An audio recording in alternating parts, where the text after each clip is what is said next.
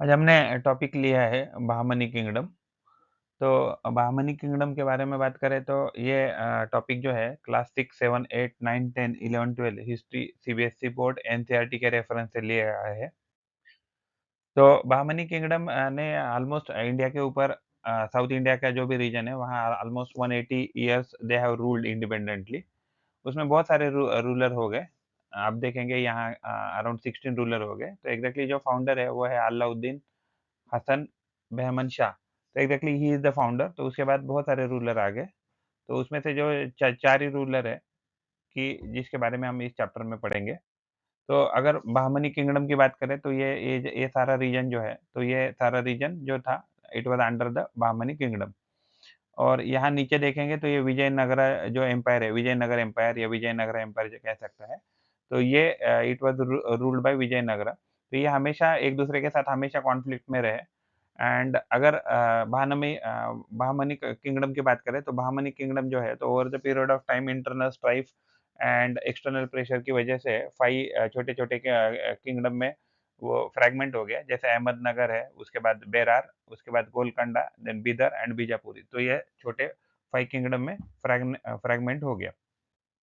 तो ये कुछ आर्किटेक्चरल अचीवमेंट्स है अब बहामनी किंगडम के टाइम पे कि जिसका जो भी आउटलुक है वो आपको इंडो एंड पर्शियन इसका ब्लेंड मिलेगा। तो बहामनी जो किंगडम है, तो इसको बहामनी सल्तनत ऐसे भी कहा जाता है।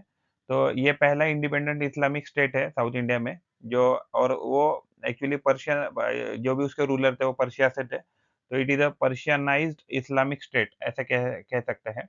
तो फाउंडर जो है वो उसका नाम था अलाउद्दीन हसन बहमन शाह। एक्चुअली पहले उसका नाम उसको हसन गंगू के नाम से भी जानते हैं।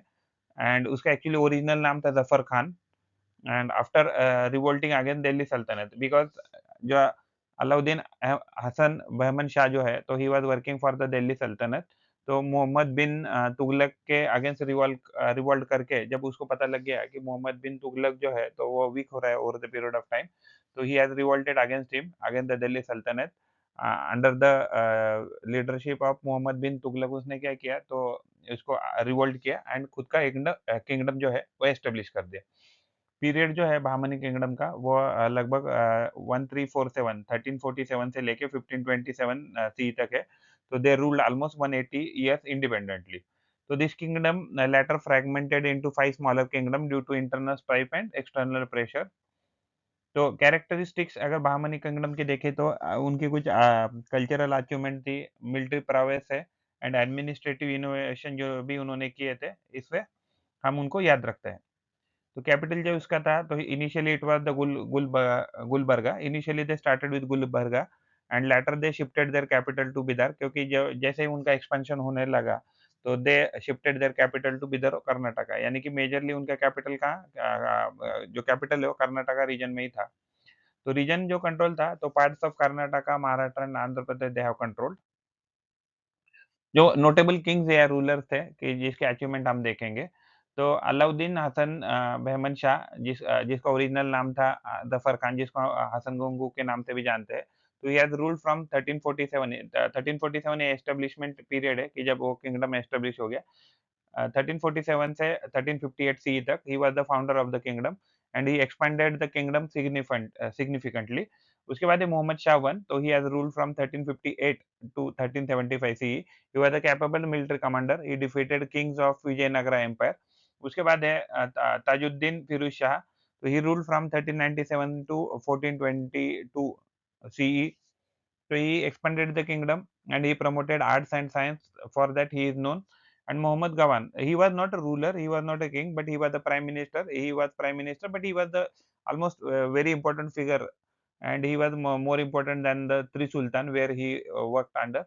And he ruled from around 1461 to 1481 CE. And he took his kingdom to its peak when he was ruling, when he was the prime minister. At that time, he took his kingdom to its peak. तो Bahmani kingdom की cultural contribution क्या है? तो it was the cultural hub and blend of Indo Persian art and architecture and development of unique style in the Deccan region. तो Bahmani kingdom played a crucial role in the spread of Islam in south Indian region. तो exactly क्या वो first independent Islamic state था, तो they facilitated the spread of Islam in the south India region, and उनके reach, they do have a rich literary and artistic environment. तो administrative structure में their kingdom was divided into province called तरफ, and it was governed by the तरफदार। हम इसको governor कह सकते हैं सॉर्ट ऑफ, एंड इसको हम क्या कह सकते हैं, इसको एक पर्टिकुलर स्टेट कह सकते हैं। तो दे रिलाइड ऑन द आमिर्स for the military support, so they were following the मनसबदारी सिस्टम, और जागीर कह सकते हैं, तो sort of system they were following. And जो अमीर्स होते थे या तरफदार होते थे, उनके पास जागीर होती थी, and they utilise the gunpowder in warfare. तो एक्चुअली बहुत कम ही किंगडम है कि जिन्होंने शुरुआत की थी गन पाउडर का इस्तेमाल करना फाइटिंग में या वारफेयर में। तो they were one of them.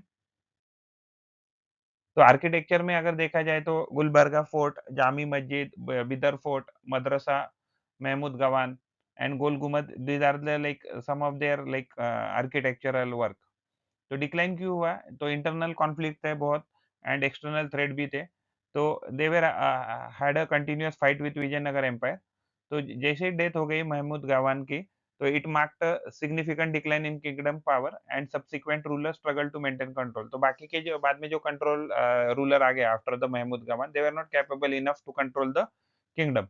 उसके बाद वीक सक्सेसर्स आए, तो इसकी वजह से क्या हो गया कि जो किंगडम है उनका total, the total kingdom was fragmented into small five successor states, जो बीजापुर, गोलकोंडा, अहमदनगर, बेरार एंड बिदार।